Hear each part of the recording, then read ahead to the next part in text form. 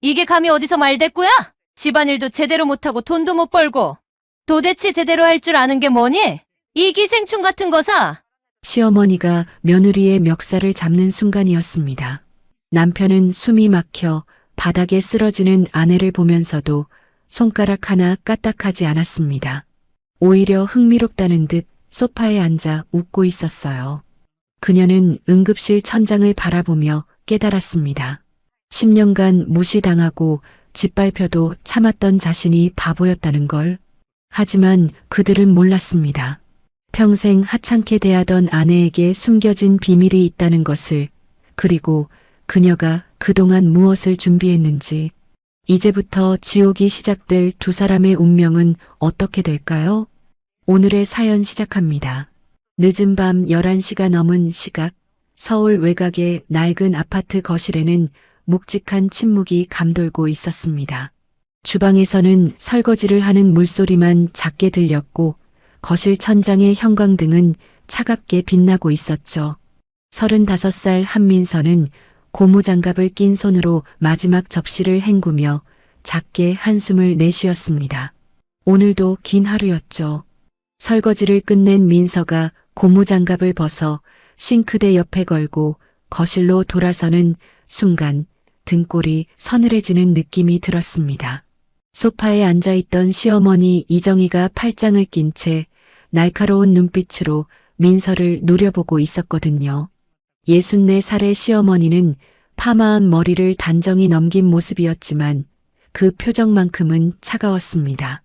예, 이리 앉아봐. 시어머니의 낮은 목소리가 거실을 가르며 퍼졌습니다. 민서는 본능적으로 무언가 잘못됐다는 걸 느꼈지만 시키는 대로 시어머니 맞은편 소파에 조심스럽게 앉았습니다. 손은 무릎 위에 가지런히 모았고 시선은 바닥을 향했어요. 넌 도대체 언제까지 집에서 놀고 먹기만 할 거니? 시어머니의 차갑게 깔린 목소리가 민서의 귓가를 때렸습니다. 민서는 고개를 들어 시어머니를 바라봤지만 그 눈빛에는 따뜻함이라곤 눈곱만큼도 없었습니다. 일도 좀 하고 그래야 되는 거 아니니? 집안일도 제대로 못하고 돈도 못 벌고 제대로 할 줄 아는 게 뭐니? 민서의 손이 무릎 위에서 움찔했습니다. 10년간 들어온 말이었지만 들을 때마다 가슴이 무너져 내렸어요. 아이를 키우고 빨래를 하고 하루 세 끼를 챙기고 시어머니 시중까지 드는 게 일이 아니란 말인가요? 어머니, 제가 지우 키우고 살림하는 것도 일이잖아요. 민서는 조심스럽게 그러나 또박또박 대답했습니다. 더 이상 참을 수 없었거든요.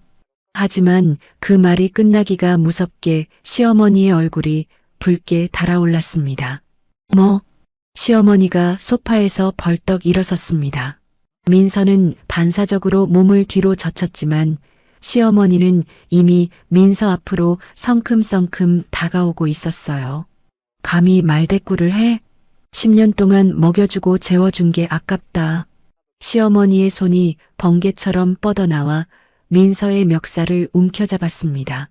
민서는 비명을 지를 틈도 없이 목이 뒤로 꺾였고 시어머니의 얼굴이 코앞까지 다가왔어요. 손자 학원비도 내가 대는데 넌 뭘 했어? 기생충처럼 붙어서. 시어머니의 침이 민서의 얼굴에 튀었습니다. 민서는 손으로 시어머니의 팔을 밀어내려 했지만 64살이라고는 믿기지 않을 만큼 강한 힘이었어요. 그때 옆 소파에 앉아있던 남편 박준호는 무심하게 쳐다만 보고 있었습니다. 38살의 준호는 맥주캔을 손에 든 채 아내가 멱살 잡히는 모습을 구경거리처럼 바라보고 있었습니다. 말리는 것도 아니었어요. 그저 재미있다는 듯 웃고만 있었죠. 민서는 그 웃음소리를 들으며 온몸에 소름이 돋는 걸 느꼈습니다. 저 사람이 한때는 자신을 사랑한다고 했던 남편이었다는 게 믿기지 않았어요. 넌 진짜 쓸모없는 애야. 시어머니의 손에 힘이 들어가기 시작했어요. 민서는 숨이 막혀 소리조차 제대로 낼 수 없었습니다. 민서는 시어머니의 팔을 잡고 필사적으로 떼어내려 했지만 힘이 점점 빠져나갔습니다. 어머니, 제발. 간신히 짜낸 목소리였지만 시어머니는 멈추지 않았습니다. 오히려 더 세게 조였어요. 민서의 눈앞이 하얗게 변하기 시작했습니다. 엄마, 너무 세게 하지 마. 흔적 남으면 안 되잖아. 준호의 목소리가 들렸지만 여전히 웃음기가 섞여 있었습니다. 말리는 게 아니었어요. 그저 조심하라는 충고였을 뿐이죠.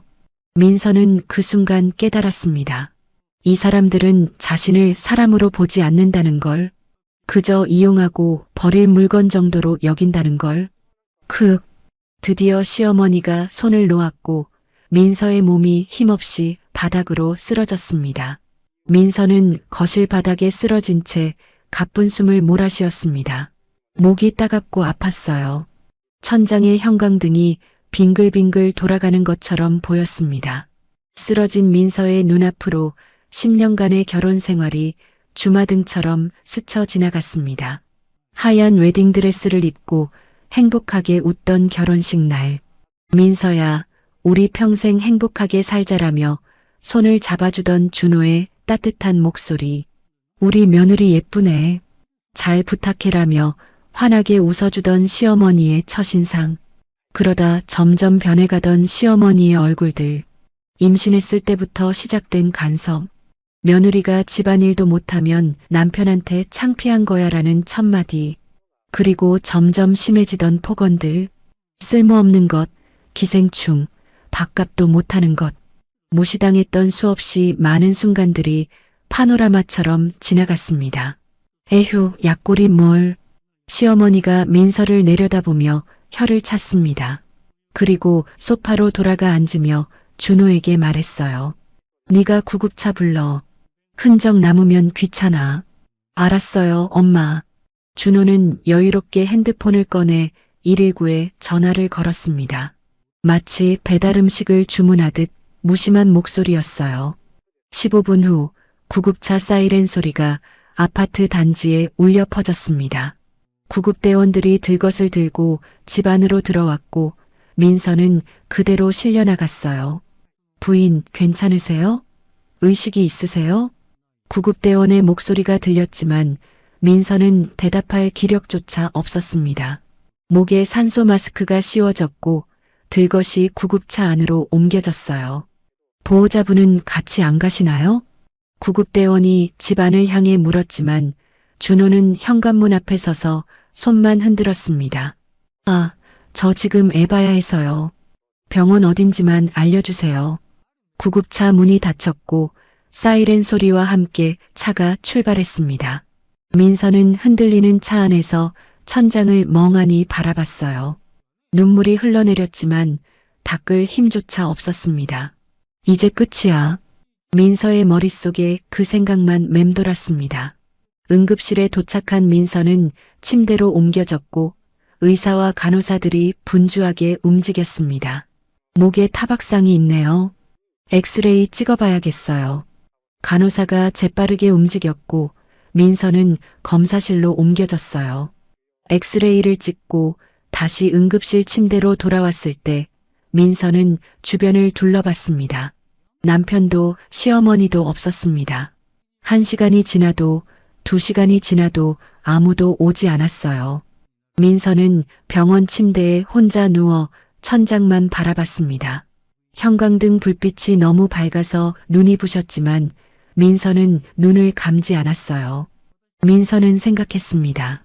10년간 참고 또 참았던 시간들, 욕을 먹어도 무시를 당해도 때로는 맞아도 참았던 이유는 단 하나였어요. 아들 지우 때문이었습니다. 지우만 잘 크면, 지우만 행복하면, 그렇게 스스로를 위로하며 버텨왔습니다. 하지만 오늘 목이 조여지는 순간 민서는 깨달았어요. 이대로는 죽을 수도 있다는 걸. 그리고 자신이 죽으면 지우는 저 사람들 손에 자라게 된다는 걸. 민서는 목에 붙은 얼음찜 질팩을 만지작거리며 결심했습니다.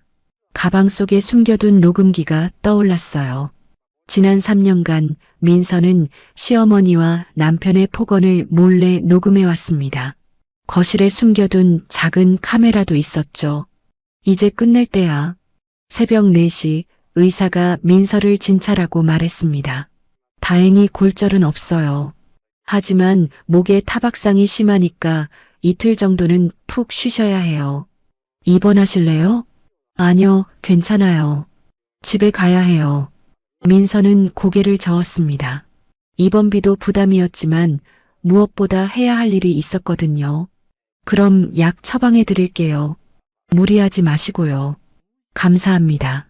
민서는 처방전을 받아들고 응급실을 나섰습니다. 병원 로비를 지나 약국에서 약을 받고 택시를 타고 집으로 향했어요. 창밖으로는 새벽 하늘이 조금씩 밝아오고 있었습니다. 새벽 5시 민서는 아파트 현관문 앞에 섰습니다. 비밀번호를 누르고 문을 열고 들어서는 순간 거실에서 기다리고 있던 시어머니와 눈이 마주쳤어요. 시어머니는 팔짱을 낀 채로 소파에 앉아 있었습니다. 잠도 안 자고 기다렸던 모양이었어요.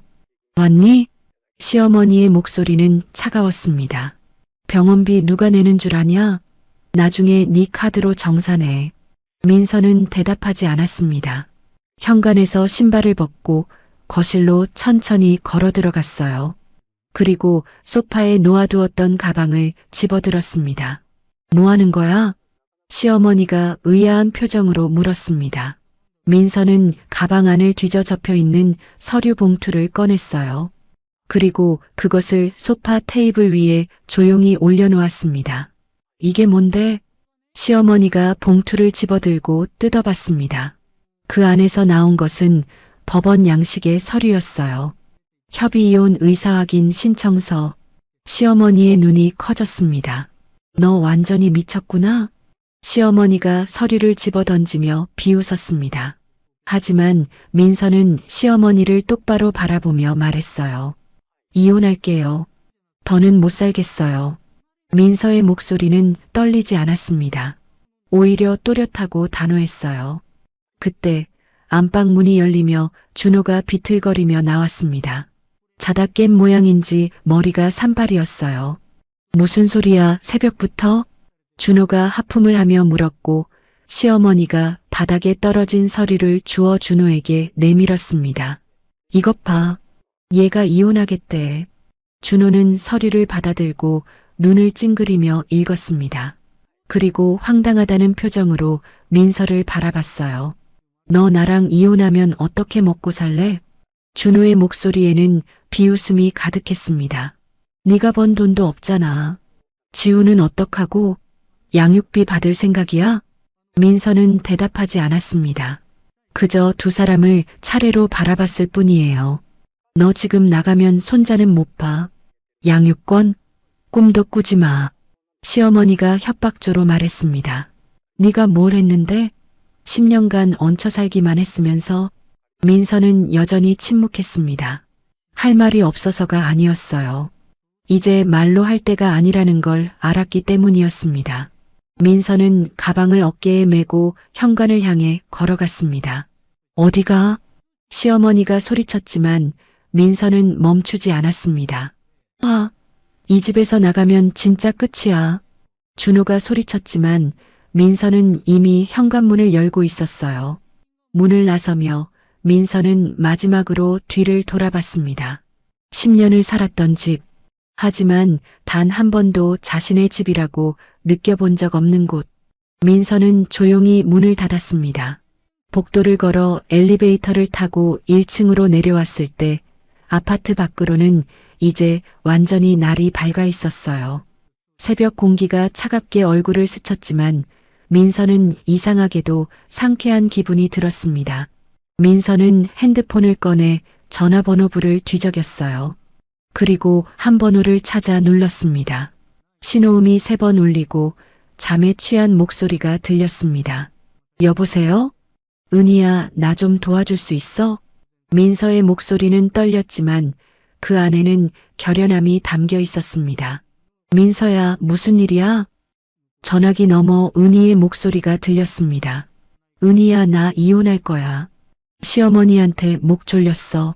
뭐? 지금 어디야? 방금 집 나와서 아파트 앞이야. 은희는 한숨을 내쉬었습니다. 일단 우리 집으로 와. 변호사는 내가 알아볼게. 고마워. 전화를 끊고 민서는 벤치에 앉아 하늘을 올려다봤습니다. 머릿속으로 10년이 주마등처럼 지나갔어요. 10년 전 2015년 가을 민서는 25살의 나이에 준호와 결혼했습니다. 제주도 신혼여행에서 준호는 우리 평생 행복하게 살자라며 손을 잡아줬었고 그때 시어머니는 우리 며느리 예쁘네. 잘 부탁해라며 환하게 웃어줬어요. 신혼집은 서울 외곽의 작은 투룸 빌라였습니다. 결혼 초기 6개월은 정말 행복했어요. 준호는 퇴근하면 장을 봐왔고 주말엔 손잡고 영화를 보러 다녔죠. 소파에 나란히 앉아 드라마를 보는 시간이 가장 좋았습니다. 민서야, 너가 있어서 나 진짜 행복해. 어느 날 저녁 준호가 민서를 안으며 속삭였고 민서도 진심으로 행복했습니다. 하지만 그 행복은 6개월 만에 끝났어요. 민서가 임신 소식을 전하자 시어머니는 혼자 있으면 위험하다며 신혼집에 들어왔습니다. 출산하고 100일만 있다 가겠다고 약속했지만 그 100일은 10년이 됐어요. 시어머니는 들어온 지 일주일 만에 본색을 드러냈습니다. 이 집은 청소를 어떻게 한 거야? 먼지가 수북한데? 죄송해요, 어머니. 며느리가 집안일도 못하면 남편한테 창피한 거야. 네 엄마는 뭘 가르쳤니? 임신 중에도 시어머니는 민서를 쉬게 하지 않았습니다. 임신했다고 누워만 있으면 순산 못한다며 청소, 빨래, 설거지를 시켰어요. 1년 후 여름 민서는 아들 지우를 낳았습니다. 출산 후 산후조리원에 일주일만 있고 집으로 돌아왔는데 시어머니는 아무 도움이 되지 않았어요. 어머니, 제가 좀 힘든데 지우 좀 봐주실 수 있어요? 아유, 나 지금 안 된다. 아기는 엄마가 봐야지. 민서는 출산 후 일주일도 안 돼서 아이를 안고 빨래를 하고 설거지를 했습니다. 100일이 지나고 민서는 조심스럽게 말했습니다. 어머니, 이제 괜찮으니까 어머니 집으로 가셔도 돼요. 하지만 시어머니는 황당하다는 표정을 지었어요. 손자 키우는데 내가 없으면 어떡하려고? 혼자서 애를 어떻게 키워? 그날 저녁 준호에게 말했지만 돌아온 대답은 차가웠습니다. 민서야, 엄마가 도와주는데 왜 그래? 엄마한테 섭섭하게 하지 마. 결국 100일은 1년이 되었고 1년은 10년이 됐습니다. 시어머니는 신혼집이 좁다며 더 큰 아파트로 이사를 갔고 그 집에서 민서는 시어머니와 함께 살게 됐어요. 시어머니는 점점 집안의 실권자가 되어갔습니다. 지우가 5살이 되던 해 민서는 재취업을 하고 싶었습니다. 어머니, 저 일 좀 해보려고 하는데요. 일? 손자 팽개치고 돈 벌러 가려고? 그게 엄마야? 시어머니는 단칼에 거절했고 민서는 꿈을 접어야 했습니다. 명절이면 시어머니는 친척들 앞에서 민서를 무시했어요. 얘가 살림을 못해서 내가 다 가르쳐야 돼요. 내가 안 봐주면 이 집안 어떡하려고. 준호는 늘 어머니 편이었습니다. 엄마가 너 위해서 하는 말인데 왜 그렇게 예민하게 받아들여? 민서는 점점 지쳐갔습니다. 하지만 결정타는 따로 있었어요. 5년 전 민서 친정아버지가 돌아가셨고 1년 후 아버지의 첫 기일 때였습니다. 민서는 일주일 전부터 시어머니에게 말했습니다. 어머니, 다음 주 목요일이 아버지 기일이라 제사 지내러 가야 돼요. 시어머니는 별말 없이 고개만 끄덕였습니다. 하지만 기일 전날 밤 시어머니가 말했어요. 얘야, 내일 준호 회사 부장님 저녁 초대했어. 네가 음식 준비해야지. 어머니, 저 내일 친정 제사 가는 날인데요. 어차피 돌아가신 분인데 뭐하러 챙겨. 그거 챙긴다고 살아 돌아오는 것도 아니잖아. 시어머니의 차가운 말에 민서는 할 말이 없었습니다. 시집온 여자가 시댁일 제쳐두고 친정만 챙기면 안 되지. 그렇게 결국 민서는 아버지 첫 기일에 참석하지 못했습니다. 반면 몇 달 후 시아버지 기일에는 시어머니의 태도가 달랐습니다. 기일 일주일 전부터 제사 준비를 시켰습니다. 민서는 밤늦게까지 제사 음식을 만들었고 당일에는 시댁 친척들이 집에 가득 찼어요. 불과 몇 달 전 친정아버지 기일에는 어차피 죽은 사람인데 뭐하러 제사를 챙기냐던 시어머니였는데 말이죠. 그날 민서는 핸드폰에 녹음 앱을 깔았습니다. 시어머니의 망언들을 모두 녹음하기 위함이었죠. 언젠가 이 증거가 필요한 날이 올 거라 생각했어요. 작년 겨울 민서는 온라인에서 시계 모양의 초소형 카메라를 주문해 거실 선반에 몰래 설치했습니다. 한 달 후 그 카메라에 녹화된 영상을 확인했을 때 민서는 온몸이 얼어붙었어요. 시어머니와 준호가 소파에 앉아 대화하는 장면이었습니다. 준호야, 쟤는 이제 쫓아내고 내가 재혼하는 게 낫겠어. 손자만 우리가 키우면 돼. 엄마 말이 맞긴 한데 이혼하려면 위자료 줘야 되잖아요. 위자료는 무슨 제가 뭘 했다고. 민서는 영상을 멈췄습니다. 손이 부들부들 떨렸어요. 그날부터 민서는 본격적으로 이혼을 준비했습니다. 녹음 파일을 정리하고 CCTV 영상을 USB에 저장했죠. 하지만 실행에 옮길 용기가 나지 않았습니다. 지우 때문이었어요. 고민하던 중에 어젯밤 사건이 터졌습니다. 시어머니가 목을 조르고 준호가 웃으며 구경만 하던 그 순간 민서는 깨달았어요. 이대로는 죽을 수도 있어. 벤치에서 일어난 민서는 택시를 잡아 타고 은희의 집으로 향했습니다. 은희는 현관문을 열고 기다리고 있었어요.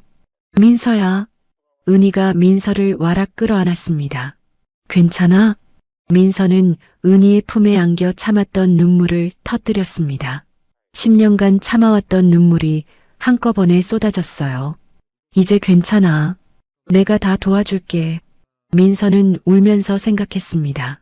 이제 돌아갈 수 없는 다리를 건넜으니 앞으로만 나아가야 한다고. 은희의 집에서 이틀을 묵은 민서는 법률 상담을 받으러 갔습니다. 변호사 선임 비용이 300만 원 정도 드는데 괜찮으시겠어요? 변호사의 말에 민서는 고개를 떨궜습니다. 통장 잔고는 50만 원도 안 됐거든요. 10년간 경제 활동을 못했으니 당연했죠. 아니요. 제가 혼자 해볼게요. 협의 이혼이시면 혼자 하셔도 되긴 한데 재산 분할이나 양육권 문제는 조심하셔야 해요. 네, 알겠습니다. 감사합니다. 민서는 상담소를 나와 은희에게 전화를 걸었습니다. 은희야, 나 혼자 해야 될 것 같아. 변호사 비용이. 민서야, 내가 빌려줄게. 아니야. 이건 내가 해야 돼. 다음 날 민서는 가정법원에 이혼 조정 신청서를 제출했습니다. 떨리는 손으로 서류에 도장을 찍을 때 민서는 다짐했어요. 이제 돌아갈 수 없어. 끝까지 가야 해. 일주일 후 준호에게 법원 출석 통지서가 날아갔습니다. 준호는 분노에 찬 목소리로 민서에게 전화를 걸어왔어요. 야, 한민서. 진짜 이혼하려고? 너 미쳤어? 네. 조정 기일에 나오세요. 민서는 담담하게 대답하고 전화를 끊었습니다. 석 달이 흘렀습니다. 가정법원 조정실 앞 복도에서 민서는 홀로 앉아 있었습니다. 손에는 USB와 서류 뭉치가 들려 있었어요. 반대편 벤치에는 준호와 시어머니가 나란히 앉아 수군거리고 있었습니다. 쟤는 혼자 왔네. 변호사도 없이? 시어머니가 비웃듯 말했고 준호도 코웃음을 쳤습니다. 뭘 믿고 저러는지. 조정실 문이 열렸습니다. 들어오세요. 조정위원의 목소리가 들렸고 민서는 자리에서 일어나 조정실로 들어갔습니다. 준호와 시어머니도 뒤따라 들어왔어요. 테이블을 사이에 두고 마주 앉았습니다. 조정위원 2명이 중앙에 앉아 서류를 검토하고 있었어요. 먼저 원고 측 말씀 들어볼게요. 민서는 침착하게 입을 열었습니다. 저는 10년간 시댁에서 폭언과 폭행을 당했습니다. 더 이상 함께 살 수 없어서 이혼을 원합니다. 준호가 팔짱을 끼며 냉소를 지었습니다. 폭행? 무슨 폭행? 증거라도 있어? 있습니다. 민서의 단호한 대답에 준호의 표정이 굳었습니다. 그리고 재산 분할은 원하지 않습니다. 다만 아들 지우의 양육권을 제가 갖고 싶습니다. 시어머니가 비웃으며 끼어들었습니다.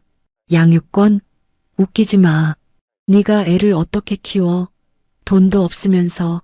조정위원이 시어머니를 제지했습니다. 보호자분은 발언을 자제해 주세요. 피고 측 의견 들어볼게요. 준호는 여유롭게 몸을 뒤로 젖히며 말했습니다. 재산 분할 안 한다고? 좋아. 하지만 양육권은 나도 포기 못해. 그리고 위자료 같은 것도 기대하지 마. 네가 뭘 했다고. 집안일도 제대로 안 하면서. 민서는 주먹을 꽉 쥐었지만 참았습니다. 조정위원이 물었어요. 원고 측에서 폭행 증거가 있다고 하셨는데 제출하시겠습니까? 민서는 잠시 망설였습니다. 지금 증거를 공개하면 조정으로 끝날 수도 있지만 나중을 위해 아껴두는 게 나을 수도 있었어요. 아닙니다. 보류하겠습니다. 조정위원은 고개를 끄덕이며 서류를 정리했습니다. 그럼 양측 모두 이혼 의사는 확실하시고 재산 분할은 포기, 양육권 문제만 남은 거네요. 공동 양육권으로 하시는 게 어떻겠습니까? 네, 괜찮습니다. 민서는 고개를 끄덕였습니다. 어차피 나중에 다시 싸울 수 있었으니까요. 좋습니다. 그럼 협의 이혼으로 진행하겠습니다. 이렇게 민서의 10년 결혼 생활은 종이 한 장으로 끝났습니다. 위자료 한 푼 없이, 재산 분할도 없이. 조정실을 나서는 민서에게 준호가 다가와 낮은 목소리로 속삭였습니다. 지우는 우리 엄마가 키울 거야. 넌 얼씬도 하지 마. 민서는 대꾸하지 않고 법원을 나섰습니다. 그날 오후 민서는 은희와 함께 원룸을 알아보러 다녔습니다. 민서야, 우리 집에 더 있어도 돼. 아니야. 이제 내 공간이 필요해. 결국 민서가 선택한 곳은 역 근처 고시원이었습니다. 보증금 없이 월세 30만 원. 4평도 안 되는 작은 공간이었지만 민서에겐 그것도 부담이었어요. 고시원 2층 끝방 문을 열자 작은 창문 하나와 삐걱거리는 침대만 덩그러니 놓여 있었습니다. 벽에는 이전 거주자가 붙였던 메모지 자국이 남아 있었고 천장에는 곰팡이 얼룩이 보였어요. 여기서 살아야 하는구나. 민서는 짐가방을 바닥에 내려놓고 침대에 앉았습니다. 스프링이 삐걱거리는 소리가 났어요. 다음 날부터 민서는 일자리를 찾아다녔습니다. 편의점, 패스트푸드점, 마트, 하지만 10년간의 공백은 어디서도 환영받지 못했어요. 경력 단절이 너무 길어서요. 죄송합니다. 5곳에서 떨어지고 6번째로 찾아간 편의점에서 겨우 야간 알바 자리를 얻었습니다. 밤 11시부터 아침 7시까지 시급 10,000원. 괜찮으세요? 네, 감사합니다. 밤 11시 민서는 처음으로 편의점 카운터에 섰습니다. 사장님은 간단히 업무를 알려주고 집으로 갔어요. 손님 응대하고 물건 정리하고 청소하면 돼요. 어렵지 않아요. 하지만 쉽지 않았습니다. 취객이 들어와 술을 사면서 욕을 해댔습니다. 아침 7시에 퇴근해 고시원으로 돌아오면 온몸이 쑤셨습니다. 하지만 잠들 수가 없었어요. 지우 생각 때문이었습니다. 지우는 잘 지내고 있을까? 엄마 보고 싶어 할까? 민서는 핸드폰을 꺼내 지우에게 전화를 걸었습니다. 신호음이 울렸지만 받은 건 시어머니였어요. 원하다. 어머니, 저예요. 지우 좀 바꿔주세요. 지우? 지금 학원 갔어. 그리고 앞으로 전화하지 마. 애 혼란스럽게 하지 말고. 제가 엄마인데 왜 전화를 못해요? 엄마, 애 버리고 나간 주제에 무슨 엄마야. 어머니, 엄마는 우릴 버리고 도망간 나쁜 사람이야. 지우한테 그렇게 말해놨어. 다신 전화하지 마. 뚝. 전화가 끊겼습니다. 민서는 핸드폰을 움켜쥔 채 침대에 쓰러졌어요. 눈물이 쏟아졌습니다. 낮에는 전단지 알바를, 밤에는 편의점 알바를 하며 한 달이 흘렀습니다. 하루 12시간을 일해도 월 200만 원이 고작이었고 월세와 생활비를 내고 나면 남는 게 없었어요. 어느 날 길에서 우연히 준호와 시어머니를 마주쳤습니다. 시어머니가 민서를 발견하고는 비웃으며 다가왔어요. 전단지 돌리네? 거지같이 사네. 민서는 고개를 숙인 채 그냥 지나가려 했지만 시어머니가 민서의 어깨를 잡았습니다. 지우는 우리가 잘 키우고 있으니까 걱정 마. 넌 네 인생이나 걱정해. 준호도 코웃음을 치며 지나갔어요. 쯧쯧 불쌍하게. 민서는 그 자리에 멍하니 서 있었습니다. 모욕감에 온몸이 떨렸지만 아무것도 할 수 없었어요. 고시원으로 돌아와 민서는 거울을 봤습니다. 한 달 만에 얼굴은 반쪽이 됐고 다크서클이 눈 밑까지 내려와 있었어요. 나 이렇게 살아야 되나? 민서는 혼자 되뇌었어요. 민서는 침대에 누워 천장을 바라봤습니다. 곰팡이 얼룩이 점점 커지고 있었어요. 이혼 후 석 달째 되던 어느 날 민서는 편의점 야간 알바를 마치고 고시원으로 돌아왔습니다. 우편함을 열자 낯선 법무사 사무소에서 온 등기 우편이 들어 있었어요. 법무사 사무소? 민서는 떨리는 손으로 봉투를 뜯었습니다. 고 한진수님 유산 상속건, 친정아버지의 이름이었습니다. 민서는 봉투 안에 서류를 펼쳤습니다. 법무사 사무소의 공식 문서였어요. 민서의 손이 떨렸습니다. 아버지는 돌아가시기 전까지 빚에 시달리셨어요. 민서가 알기론 남은 건 빚뿐이었죠. 다음 날 오전 민서는 편의점 야간 알바를 마치고 곧바로 서류에 적힌 법무사 사무소로 향했습니다. 강남 한복판의 작은 건물 3층이었어요. 한민서 씨 맞으십니까? 나이 지긋한 법무사가 안경을 고쳤으며 물었습니다.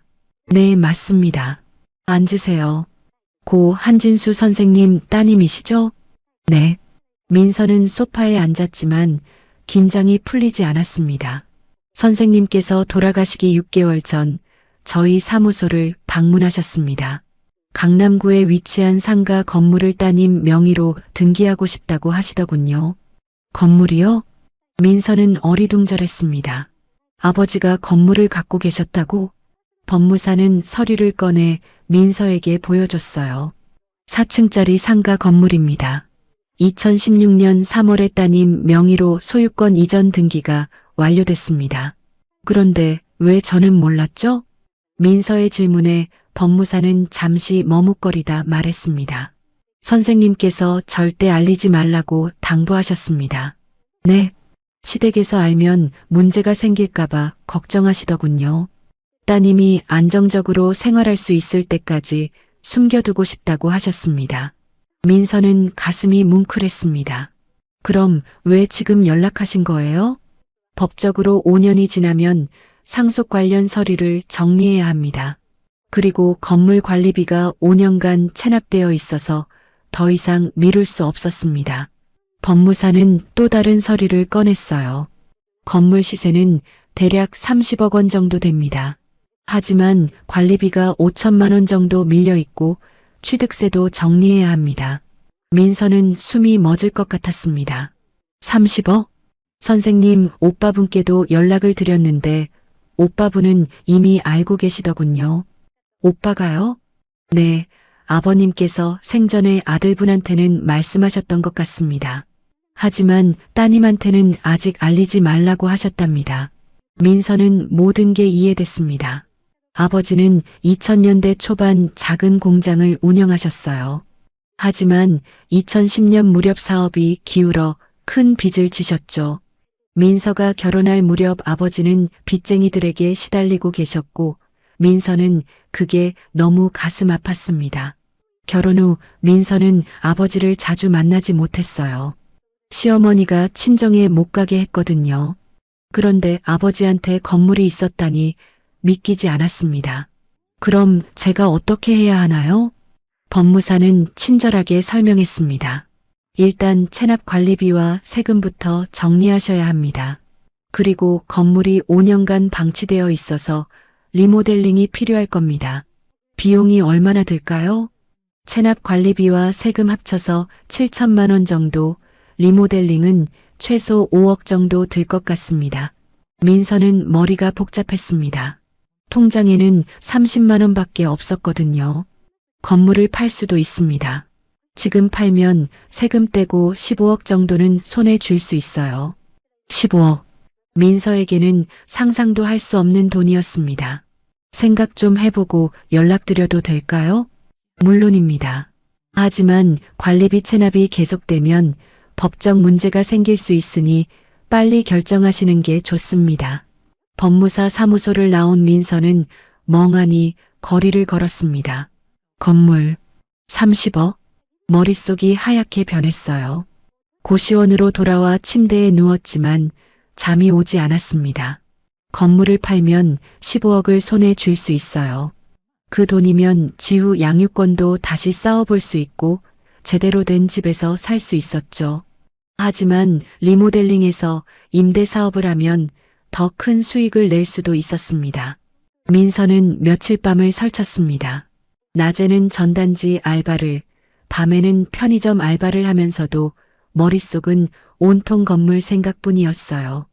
일주일 후 민서는 결심하고 은희에게 전화를 걸었습니다.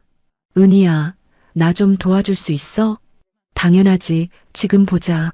1시간 후 카페에서 만난 은희는 민서의 이야기를 듣고 테이블을 탁 쳤습니다. 와, 이거 완전 대박이잖아. 왜 고민해? 은희야, 나 돈도 없고 경험도 없는데 어떻게 건물을 관리해? 그냥 팔까? 미쳤어? 이 기회를 날려? 내가 도와줄게. 은희는 부동산 중개업소를 10년간 운영해온 베테랑이었습니다. 일단 건물부터 보러 가자. 내가 봐줄게. 이틀 후 민서와 은희는 강남구에 있는 건물 앞에 섰습니다.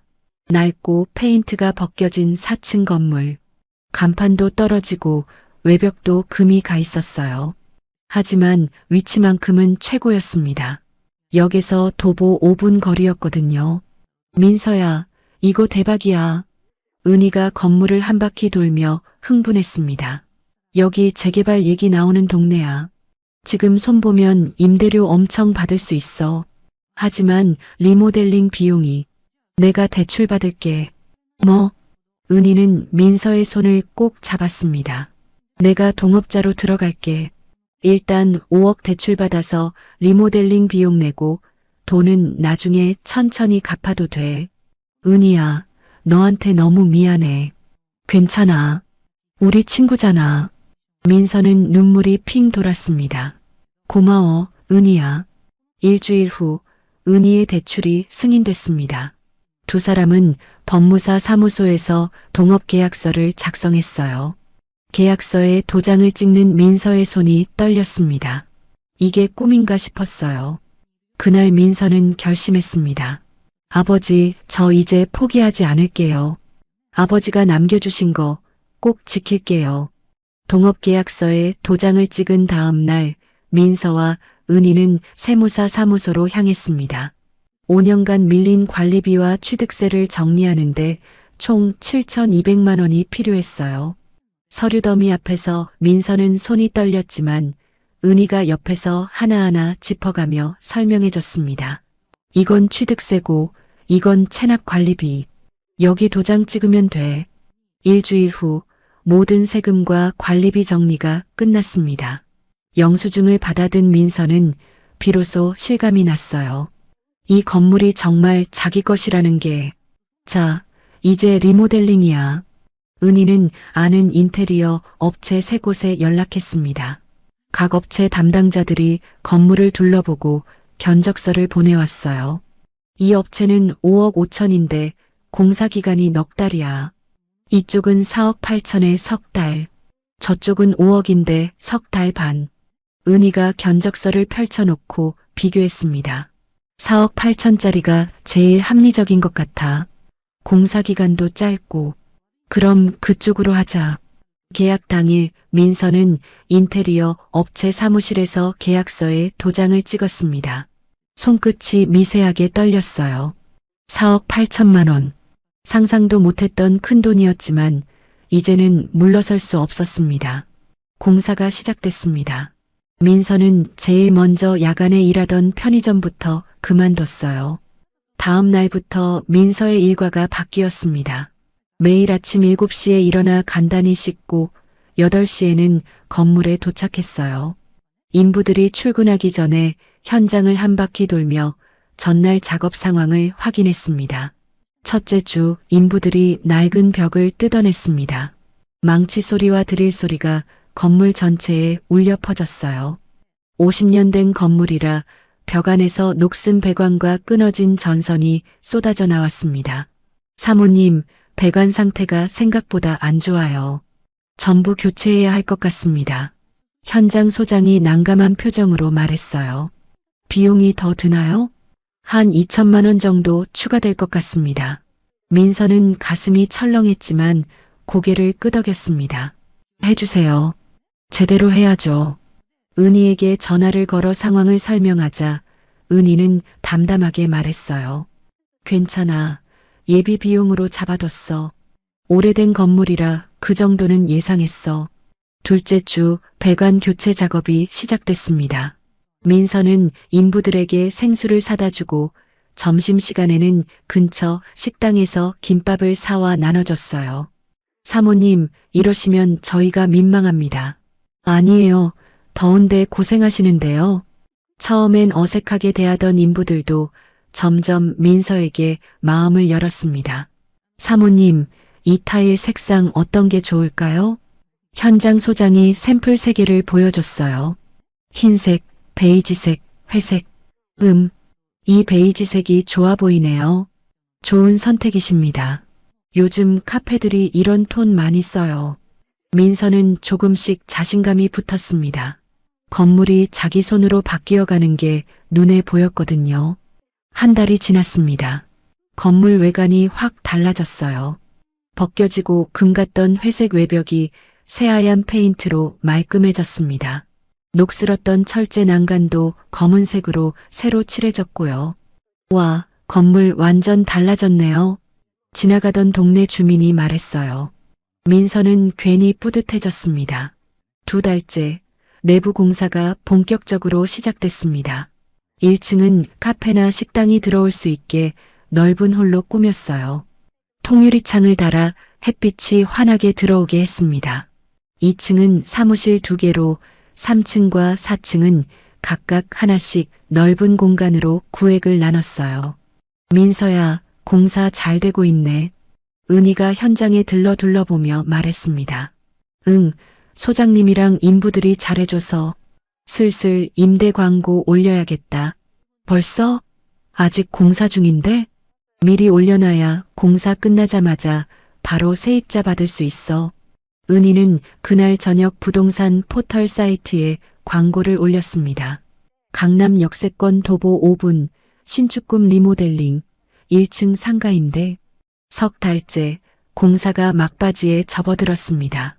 어느 날 오후 민서의 핸드폰이 울렸어요. 모르는 번호였습니다.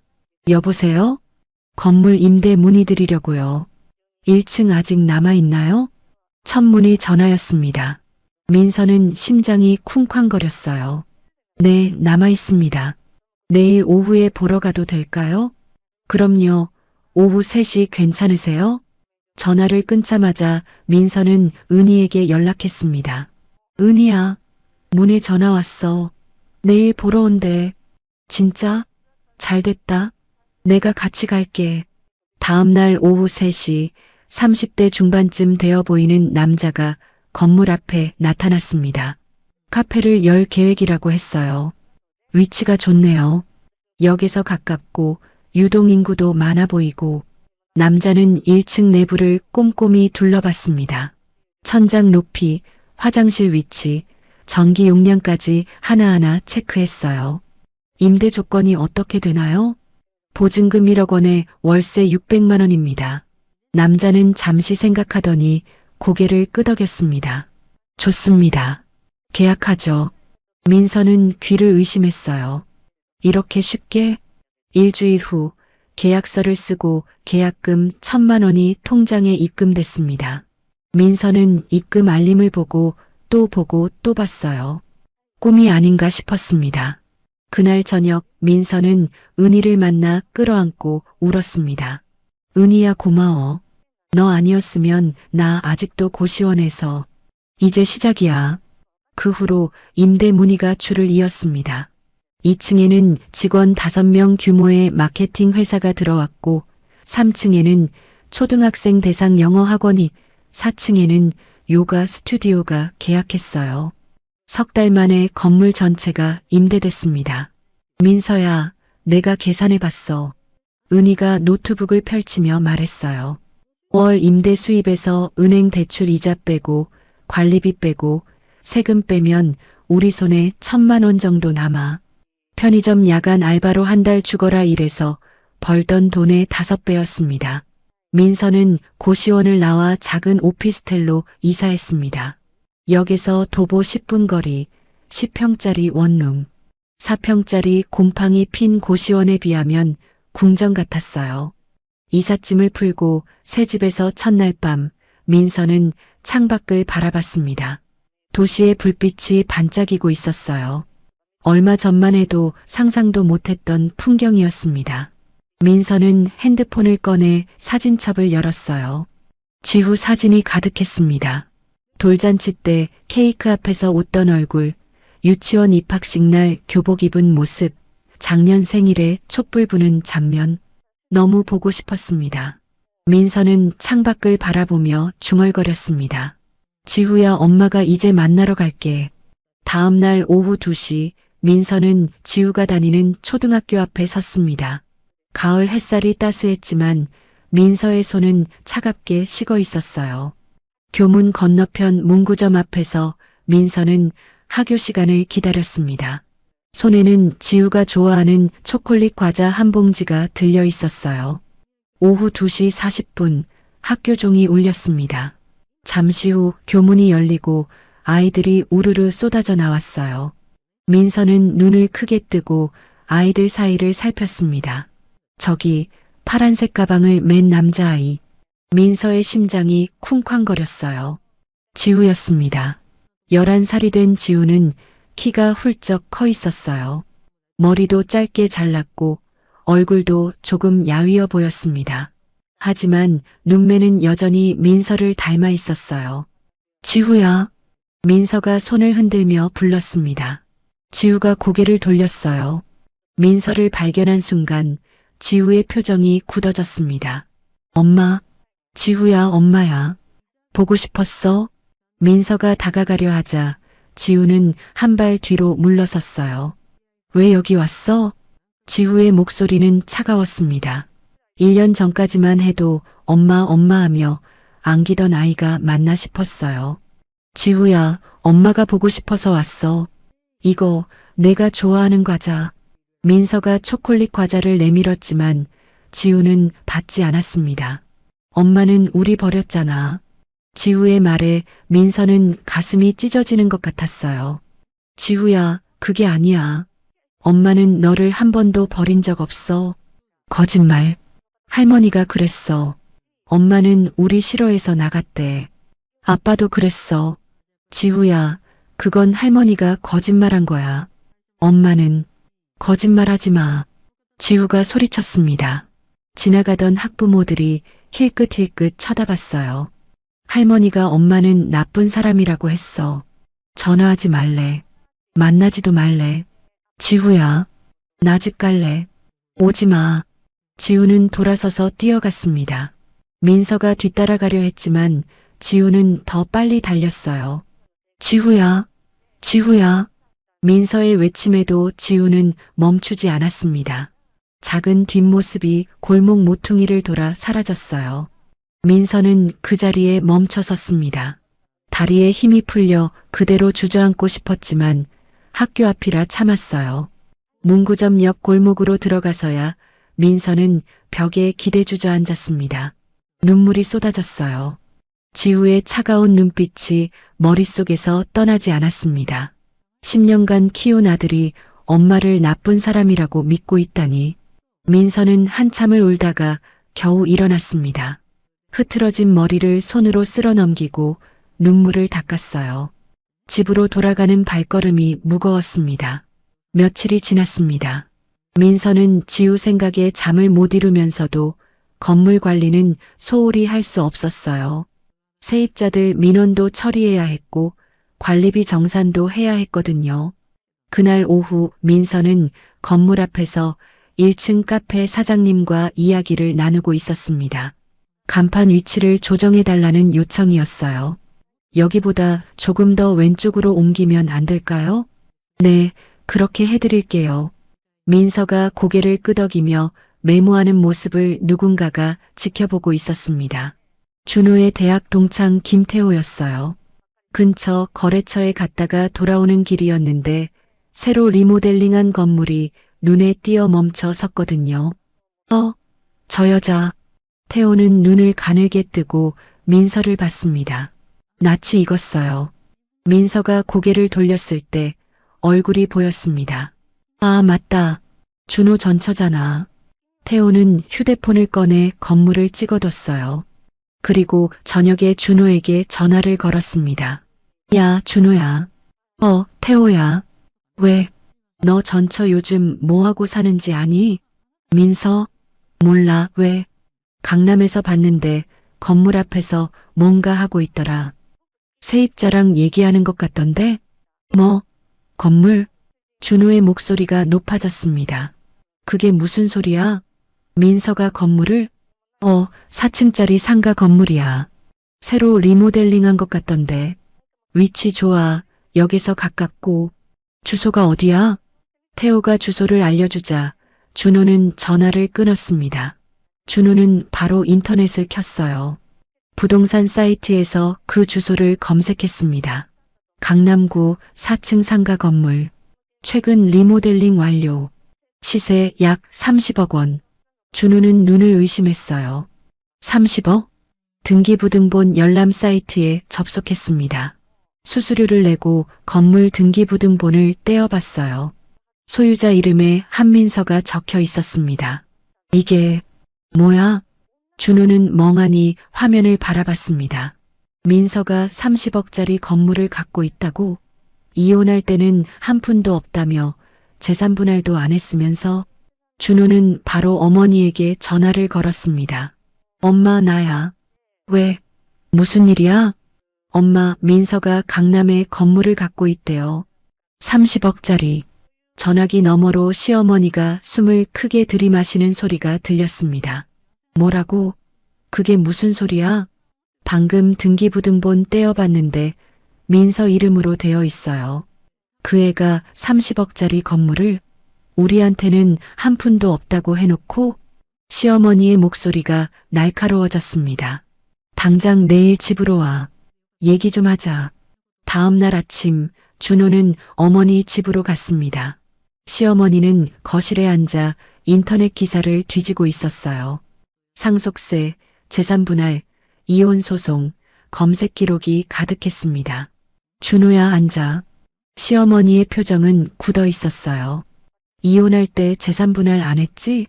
네, 민서가 재산 없다고 해서. 근데 알고 보니 건물이 있었어? 결혼 중에 상속받은 거면 공동재산이야. 반은 내 거라고. 정말요? 당장 변호사 찾아가서 재산분할 청구해. 결혼 중에 상속받은 건 반씩 나눠야 한다고. 시어머니는 테이블을 탕 쳤습니다. 그 여자가 우리 속이고 혼자 잘 살게 놔둘 순 없어. 15억은 받아내야 해. 알았어요, 엄마. 제가 알아볼게요. 준호는 고개를 끄덕였습니다. 같은 시각 민서는 건물 근처 카페에서 은희와 마주 앉아 있었습니다. 은희야, 지우가 날 피해. 민서의 눈이 다시 붉어졌어요.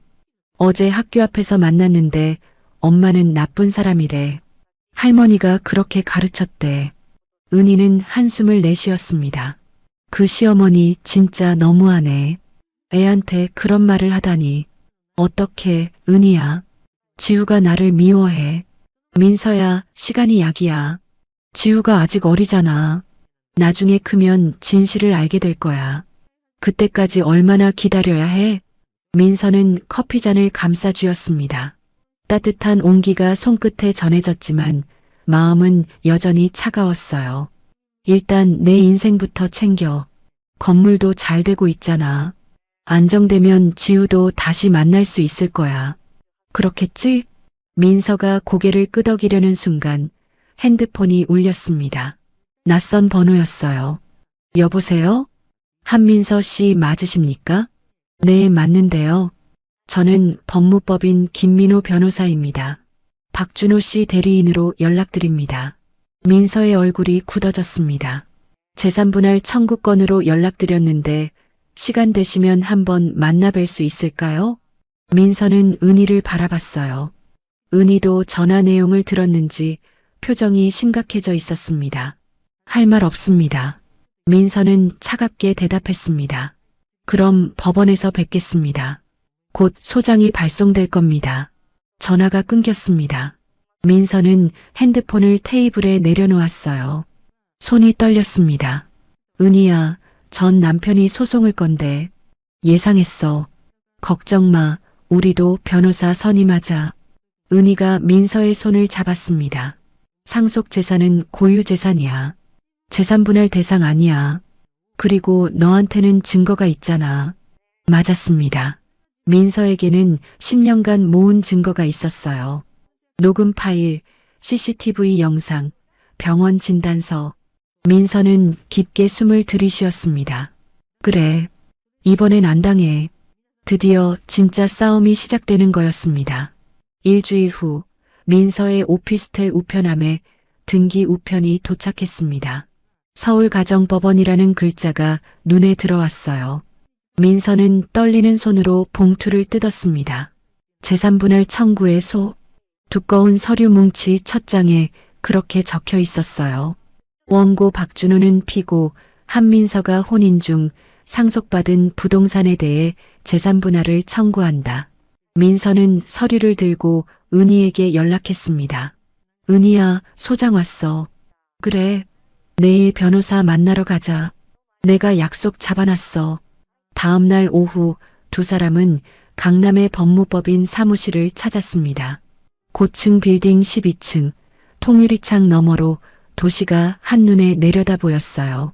어서 오세요. 최민수 변호사입니다. 40대 후반의 단정한 인상을 가진 남자가 악수를 청했습니다. 은희가 소개해준 가사 전문 변호사였어요. 앉으세요. 서류 좀 볼게요. 최 변호사는 민서가 가져온 소장과 증거 자료들을 꼼꼼히 살폈습니다. 녹음 파일 목록, CCTV 영상 캡처, 병원 진단서까지. 이 증거들은 언제부터 모으신 거예요? 4년 전부터요. 시어머니한테 폭언이 심해져서 혹시 몰라서요. 잘하셨어요. 최 변호사가 서류를 내려놓으며 말했습니다. 결론부터 말씀드릴게요. 상속 재산은 민법상 고유 재산입니다. 재산분할 대상이 아니에요. 정말요? 네. 혼인 중에 상속받았더라도 공동재산으로 보지 않습니다. 상대 측 주장은 법적 근거가 약해요. 민서는 안도의 한숨을 내쉬었어요. 폭행, 폭언, 정신적 학대, 전부 녹화와 녹음이 되어 있잖아요. 오히려 이 증거들이 있으면 역으로 위자료 청구가 가능합니다. 위자료요? 네. 이혼할 때 위자료 못 받으셨죠? 지금이라도 손해배상 청구가 가능해요. 제가 받아드리겠습니다. 민서는 그 자리에서 최 변호사와 위임 계약을 체결했습니다. 석 달이 흘렀습니다. 가을이 가고 겨울이 왔어요. 거리에 찬바람이 불고 사람들은 두꺼운 외투를 꺼내 입었습니다. 첫 조정 기일 당일 아침 민서는 일찍 일어나 옷장을 열었어요. 검은색 정장을 꺼내 입고 거울 앞에서 옷매무새를 가다듬었습니다. 오늘이었습니다. 10년간 참아왔던 모든 것을 끝낼 날. 오전 10시 서울가정법원. 민서는 최 변호사와 함께 조정실 앞 복도에 앉아 있었어요. 손에는 USB와 서류 뭉치가 들려 있었습니다.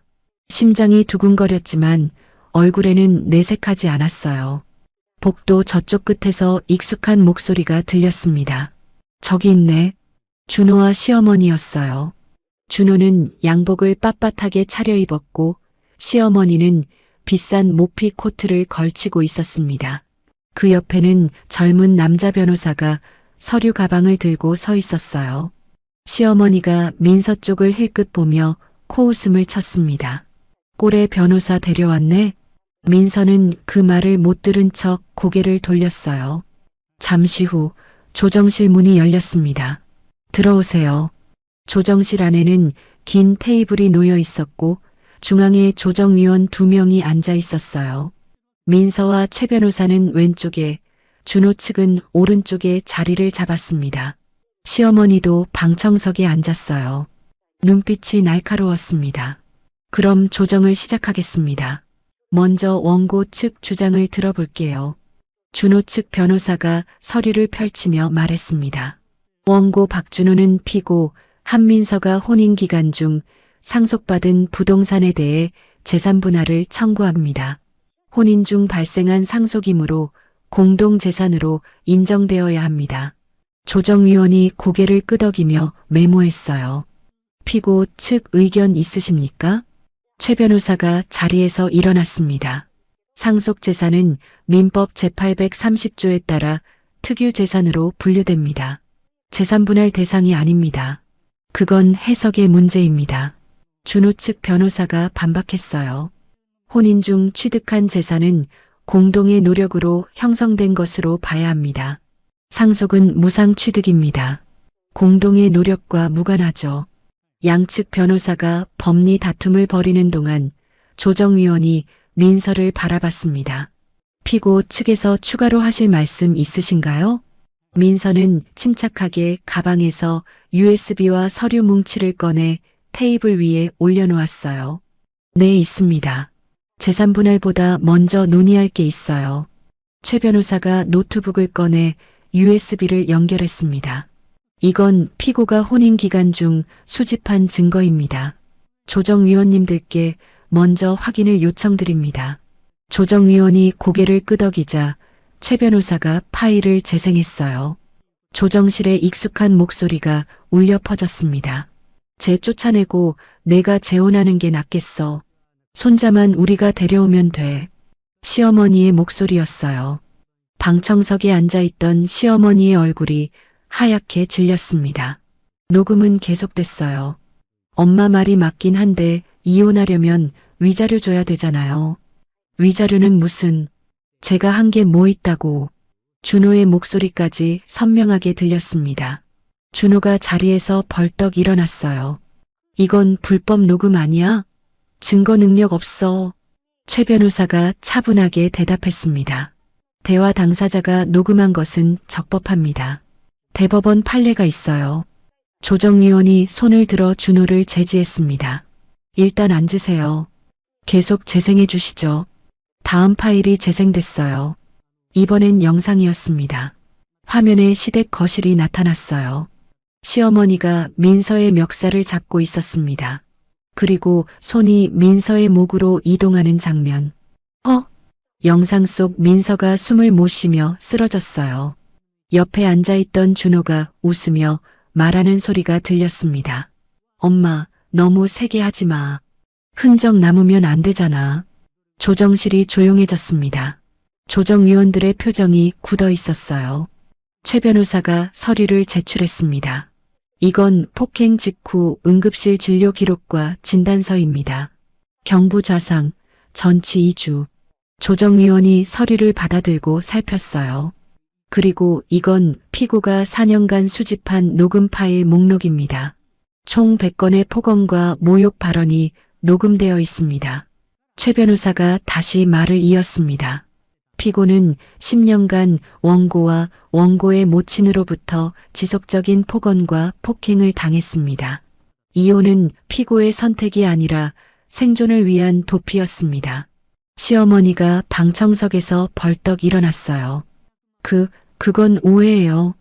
방청인은 발언을 삼가주세요. 조정위원이 엄하게 말했습니다. 시어머니는 입을 다물었지만 얼굴이 불그락푸르락했어요. 준호가 소리쳤습니다. 이건 불법이야. 자기 집에 몰래 카메라를 설치한 거잖아. 최 변호사가 고개를 저었어요. 자택 내 설치한 카메라는 적법합니다. 개인정보보호법 위반이 아닙니다. 조정위원이 서류를 덮으며 말했습니다. 양측의 주장과 증거를 확인했습니다. 조정으로 합의를 이끌어내기 어려울 것으로 보입니다. 정식 재판으로 넘어가겠습니다. 잠깐만요. 준호 측 변호사가 급하게 말했어요. 조정으로 마무리할 수 있습니다. 재산분할 청구를 취하하고 늦었어요.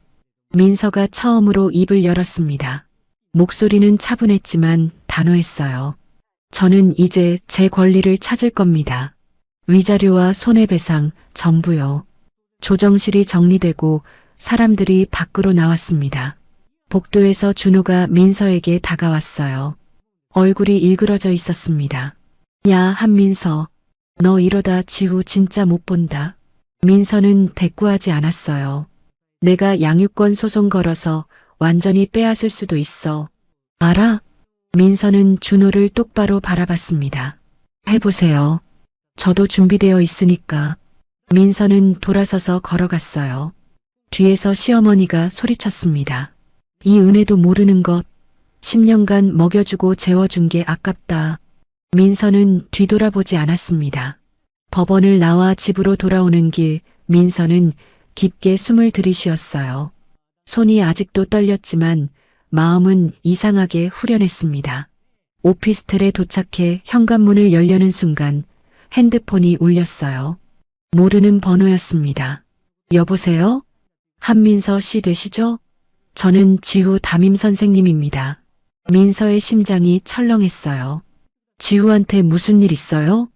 어머니, 지후가 학교에서 친구를 때려서 큰 문제가 됐습니다. 네, 당장 학교로 와주셔야 할 것 같아요. 민서는 핸드폰을 움켜쥔 채 달려나갔습니다. 학교에 도착한 민서는 숨을 헐떡이며 상담실 문을 열었습니다. 지우가 고개를 푹 숙인 채 의자에 앉아 있었어요. 옆에는 담임 선생님과 다른 학부모, 그리고 코피를 흘리고 있는 남자아이가 있었습니다. 어머니, 오셨군요. 담임 선생님이 일어나며 말했어요. 지우가 쉬는 시간에 같은 반 친구를 때렸습니다. 민서는 지우를 바라봤어요. 지우는 여전히 고개를 숙이고 있었습니다. 죄송합니다. 제가 사과드릴게요. 민서는 다친 아이와 학부모에게 깊이 고개를 숙였어요. 상대 학부모는 불쾌한 표정이었지만 담임 선생님의 중재로 일단 상황은 마무리됐습니다. 상담실을 나온 민서는 지우의 손을 잡고 학교를 나왔어요. 지우는 여전히 한마디도 하지 않았습니다. 학교 근처 작은 공원에 도착했어요. 민서는 벤치에 앉으며 지우를 옆에 앉혔습니다. 지우야. 민서가 조심스럽게 불렀어요. 왜 친구를 때린 거야? 엄마한테 말해줄 수 있어? 지우는 한참을 침묵하다가 입을 열었습니다. 걔가 그랬어. 뭐라고 했는데? 우리 엄마 나쁜 사람이라고. 집 버리고 도망갔다고.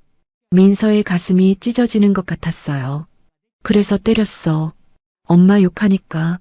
지우의 눈에 눈물이 고였습니다. 근데 엄마 진짜야? 엄마가 진짜 우리 버린 거야? 민서는 깊게 숨을 들이쉬었어요. 이제 말해야 할 때였습니다. 지우야, 엄마가 너한테 진실을 얘기해 줄게. 민서는 천천히 말하기 시작했어요. 결혼 초기에는 행복했다는 것. 하지만 할머니가 들어온 후로 모든 게 변했다는 것. 10년간 할머니에게 맞고 욕을 들었다는 것. 아빠는 한 번도 엄마 편을 들어주지 않았다는 것. 그리고 그날 밤 할머니가 엄마의 목을 졸랐다는 것. 엄마는 도망간 게 아니야. 살기 위해서 나온 거야. 지우는 눈을 크게 뜨고 민서를 바라봤어요. 거짓말 아니야. 엄마한테 증거가 있어.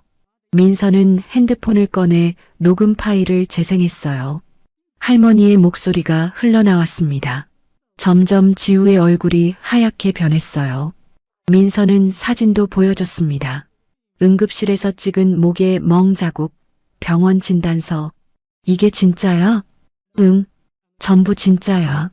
지우는 한참을 멍하니 있다가 갑자기 울음을 터뜨렸어요.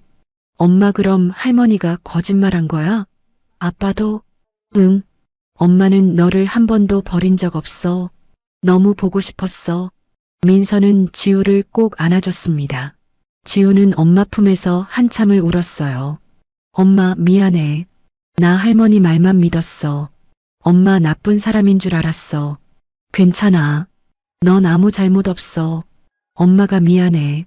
엄마, 나 이제 엄마랑 살면 안 돼? 민서는 눈물을 흘리며 지우의 머리를 쓰다듬었어요. 그래, 엄마랑 같이 살자. 조금만 기다려. 2달 후 서울가정법원 제3호 법정 정식 재판이 열렸습니다. 민서는 최 변호사와 나란히 앉아 있었어요. 반대편에는 준호와 시어머니 그리고 준호 측 변호사가 앉아 있었습니다. 준호의 얼굴은 초조해 보였고 시어머니는 불안한 눈빛으로 주위를 둘러보고 있었어요. 재판을 시작하겠습니다. 판사가 의사봉을 두드렸어요. 먼저 원고 측 최종 변론 해주십시오. 준호 측 변호사가 일어났습니다.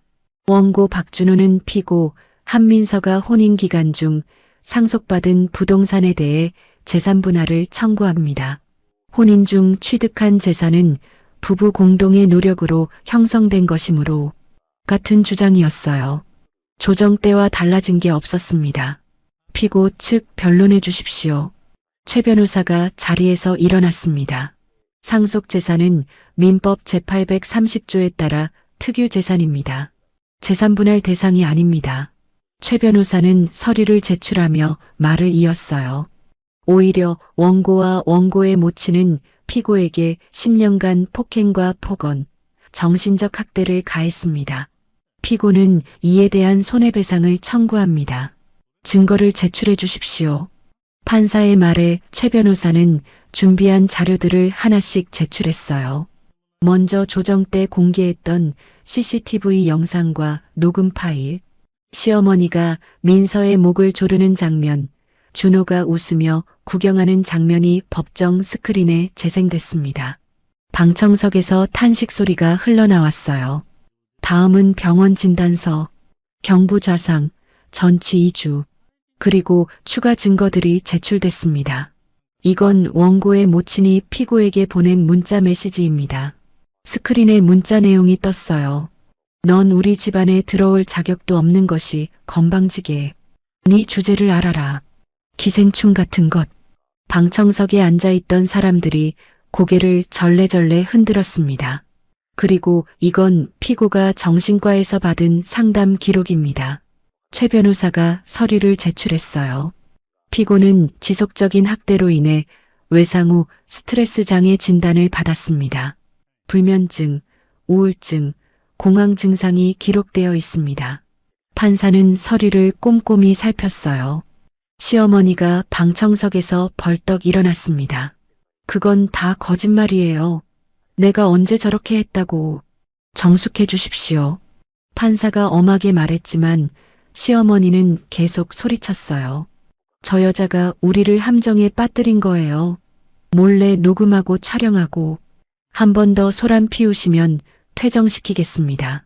시어머니는 그제야 입을 다물었지만 얼굴이 불그락푸르락했습니다.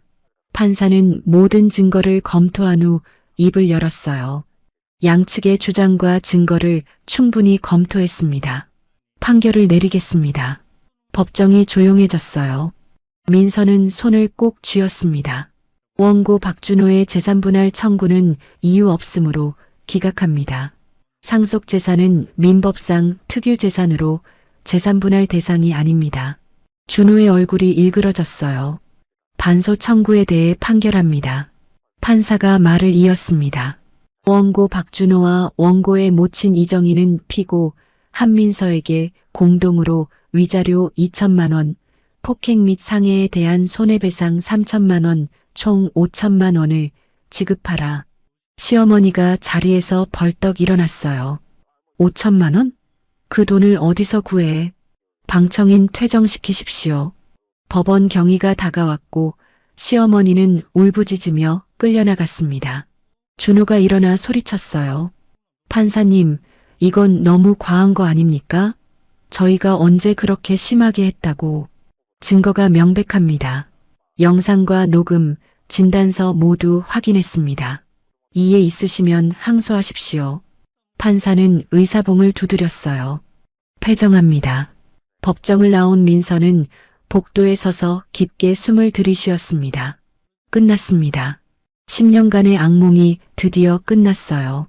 그때 누군가가 민서의 손을 잡았습니다. 지우였어요. 재판이 끝나기를 기다리고 있었던 거예요. 은희가 지우를 데리고 와 있었습니다. 엄마, 이겼어? 응, 이겼어. 지우의 눈이 반짝였어요. 민서는 눈물을 흘리며 지우를 꼭 안았습니다. 지우야, 이제 엄마랑 같이 살자. 그날 저녁 민서는 지우와 함께 오피스텔에서 첫 저녁을 먹었어요. 지우가 좋아하는 돈가스와 김치찌개. 거창한 건 아니었지만 세상에서 가장 행복한 식탁이었습니다. 엄마, 이 집 좋다. 그래, 다행이다. 나 이제 매일 여기서 살아? 응, 매일. 지우는 환하게 웃었어요. 오랜만에 보는 아들의 웃음이었습니다. 1년이 흘렀습니다. 봄이 오고 여름이 지나고 다시 가을이 왔어요. 어느 날 은희에게서 전화가 왔습니다. 민서야, 큰일 났어. 왜? 무슨 일이야? 우리 건물 있는 동네에 재개발 확정됐대. 보상금 엄청 나온다. 민서는 귀를 의심했어요. 진짜? 응. 건물 시세가 50억으로 뛰었어. 우리 대박 난 거야. 30억이었던 건물이 50억이 됐습니다. 민서는 믿기지 않았어요. 며칠 후 민서는 건물 1층에 작은 북카페를 열었습니다. 어릴 때부터 책을 좋아했던 민서의 오랜 꿈이었어요. 민선의 북카페라는 간판이 걸렸습니다.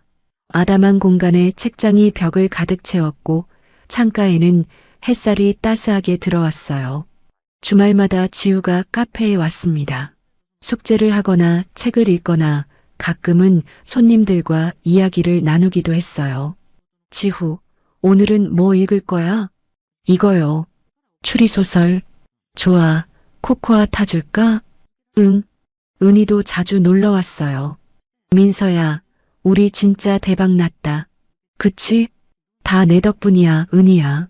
무슨 소리야? 너가 포기 안 하고 버텼으니까 된 거지. 두 사람은 창가에 앉아 커피를 마시며 웃었습니다. 어느 날 민서는 우연히 소식을 들었어요. 준호와 시어머니가 판결금 5천만 원을 갚지 못해 강제 집행을 당했다고. 살던 아파트가 경매로 넘어갔고 지금은 각자 작은 원룸에서 산다고 했어요. 예전 같았으면 마음이 복잡했을 거예요. 하지만 민서는 더 이상 그들을 신경 쓰지 않았습니다. 어느 토요일 오후였어요. 민서는 카페 창가에 앉아 따뜻한 유자차를 마시고 있었습니다. 햇살이 창문을 통해 들어와 테이블 위에 따스한 빛을 만들었어요. 문이 열리고 지우가 뛰어들어왔습니다. 엄마, 지우야. 왜 그렇게 뛰어와? 엄마, 나 오늘 학교에서 상 받았어. 지우가 손에 든 상장을 펼쳐 보였어요. 모범상 박지우. 와, 우리 아들 대단하다. 민서는 지우를 꼭 안아줬습니다. 엄마, 나 배고파. 케이크 먹어도 돼? 그래, 오늘은 특별히 2조각. 예. 지우는 환하게 웃으며 진열대로 달려갔어요. 민서는 그 모습을 바라보며 미소 지었습니다. 끝까지 포기하지 않아서 다행이었어요. 도망치듯 나온 그 새벽 고시원에서 눈물 흘리던 밤, 지우에게 거부당하던 순간 수없이 무너질 뻔했지만 민서는 버텼습니다. 그리고 지금 이 자리에 있었어요. 창밖으로 노을이 물들고 있었습니다. 지우의 웃음소리가 카페 안에 퍼졌어요. 민서는 생각했습니다. 이게 행복이구나 라고 말이에요. 오늘의 이야기가 작은 위로가 되셨길 바랍니다. 잘 들으셨다면 따뜻한 댓글 하나 남겨주세요. 구독과 좋아요는 사랑입니다.